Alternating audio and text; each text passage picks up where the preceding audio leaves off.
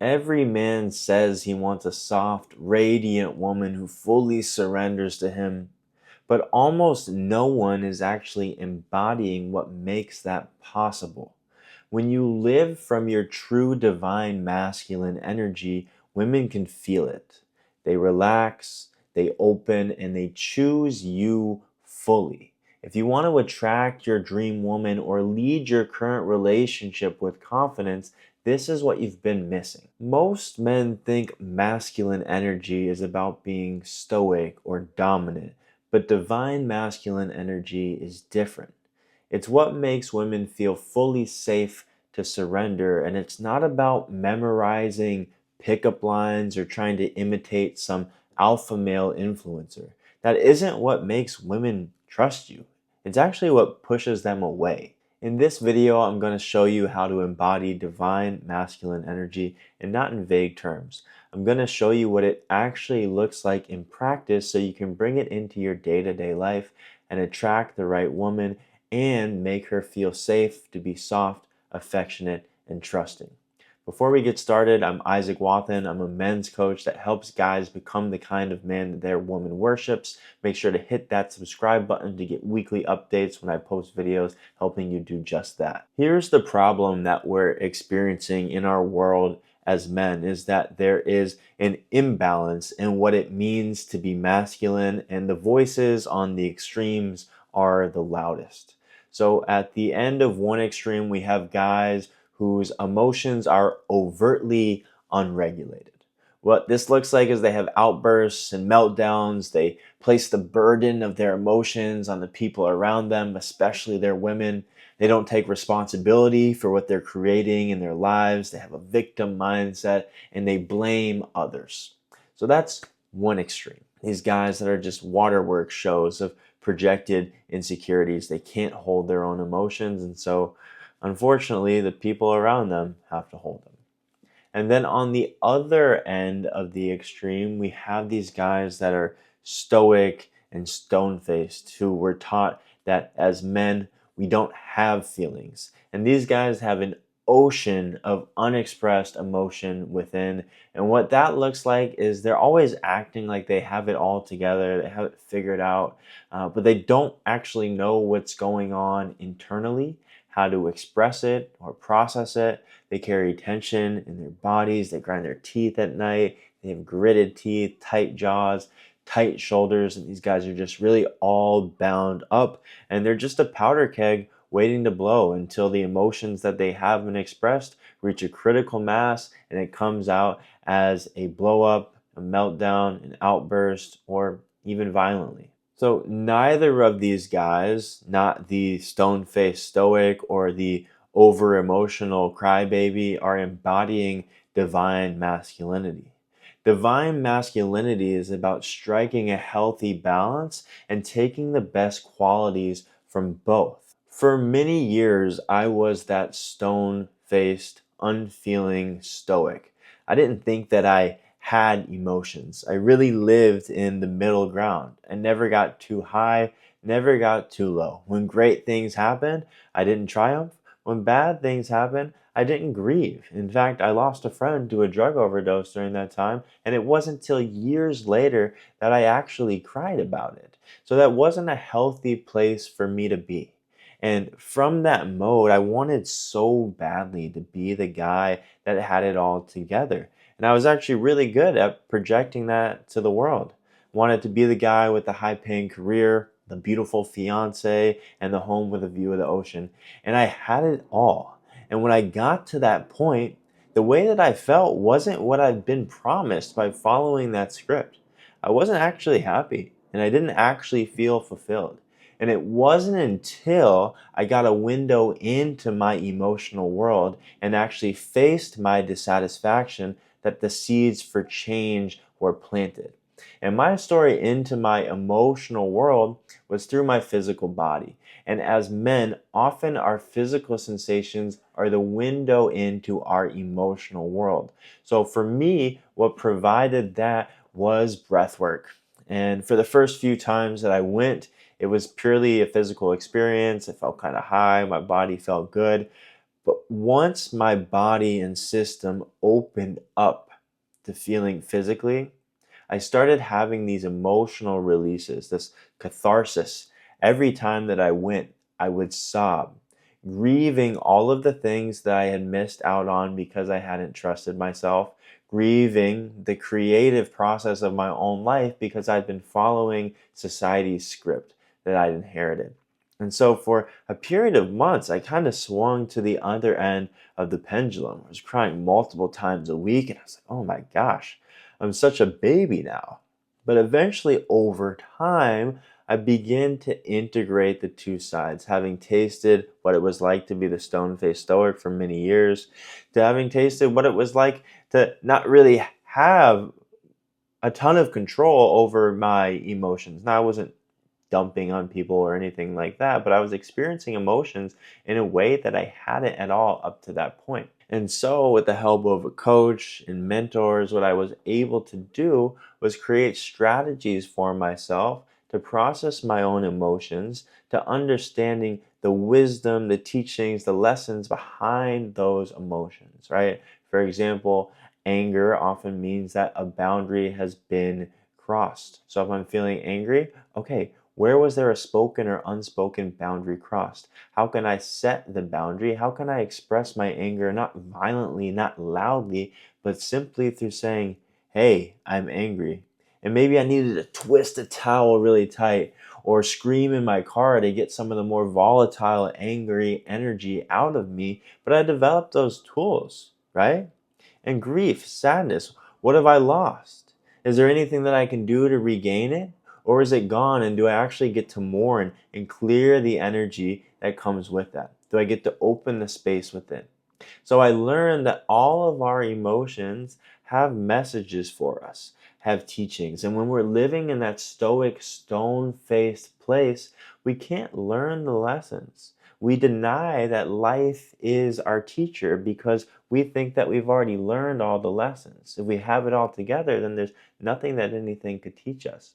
So through this process, I came back to center. And this was just an individual process. This isn't even bringing any women or romantic partners into the space. But what it took first, before I could hold space for a woman, before I could try to understand and be with a woman's emotions, I had to understand and be with my own. All of the work starts with us. Before we want to give anything away to anybody else, we have to give it to ourselves. And so part of the divine masculine is approaching romantic relationship from a place of desire and not from need. So, question for you, the viewer, is what have you historically needed women to provide to you? What was it that you couldn't give to yourself that you looked for a woman to give to you? Whether it was validation, self worth, love, and how can you develop the ability to give that to yourself? That's a big question for you, and I invite you to sit with that question after you're done watching this video. But now I want to get to the portion that you've probably been waiting for, is how do I embody divine masculine energy in a way that is attractive to the feminine, that either allows me to call my dream woman to me or allows me to step into my current relationship from a place of directive leadership and perhaps re-enliven that spark that gets to live within a romantic partnership. And the way that I'll share what divine masculine energy looks like is I'll share the way of being first, and then I'll share the practical tip of how you can actually bring that into your life. So the first way of being of divine masculine energy is stillness, is that rootedness, is that in the face of stress or high emotions, that we remain grounded and unshakable. It is that masculine root that extends deep into the earth, that when the feminine storms, the chaos, the emotions, the changing of the mind comes, we do not get blown away. We don't get wrapped up in the drama or the story. And so that rootedness is the first way of being of the divine masculine, Can we stay still in the storm? And practically, what that looks like and how that you can bring that into your life is spending time in stillness and silence every day. Is understanding the way that your breath moves in and out of your body, is understanding your physical sensations. Because your present experience is your root. When she is getting emotional, when you are approaching a woman that you want, when those feelings of uncertainty or risk or doubt are coming up, can you be so grounded in your present moment experience, in your breath, in your body, that those thought spirals don't take you anywhere else? That you remain 10 toes on the ground, that you can speak slowly, that you can speak deliberately, and that nothing throws you off. You don't need to escape or avoid or fix, that you can actually be in that uncertainty, that you can live in the risk that happens when you are exploring with a new woman or on that first date or doing the cold approach, that you can live in the discomfort that your woman brings to you when she's feeling unloved or when there's a circumstance that you have nothing to do with that causes her to bring emotions into your home and into your space. And can you be so still that you lead her forward out of the story, out of the drama, back into a place that feels centered and balanced? So spending time in stillness and silence every day with yourself, with your breath, with your body is your anchor into your root when emotions get high, when stakes get high. The second way of being of the divine masculine is presence. Can you be where you're at fully? When you are with your woman, can there be nothing else? Can the entire world outside of her blur so that you and her exist as the entire world for that moment? When you are in your mission, on your path, on your purpose, can everything else fall away so that you can give all of you into your mission? This is about bringing all of you to whatever it is that's in front of you, work or women. This is about presence. Having all of you, mind, body, and soul, be where you're at right now. And so the practical tip to bring you into that is to clear out all of the dopamine distractions in your life. Whether it's porn, OnlyFans, binge eating, social media, binging Netflix, whatever it might be that allows you to get that quick distraction away from the present moment, that allows you to escape your current experience, set all of those to the side and understand what is your trigger to reach for that coping mechanism. How are you feeling in the moment or two when you decide, oh, I'm going to go raid the fridge right now, or I'm going to whip out Pornhub right now? What are you needing in that moment? What is the hole that you are trying to fill temporarily with that vice? And how can you fill that need in a healthy way? Or how can you simply be with that need or desire long enough for it to lose power over you? Often, if we just sit with it for 5 minutes, 10 minutes, understand what that desire, that pull feels like for us in our bodies, it will dissipate. With all of my clients, I have this meditation that I send them. It's 20 minutes.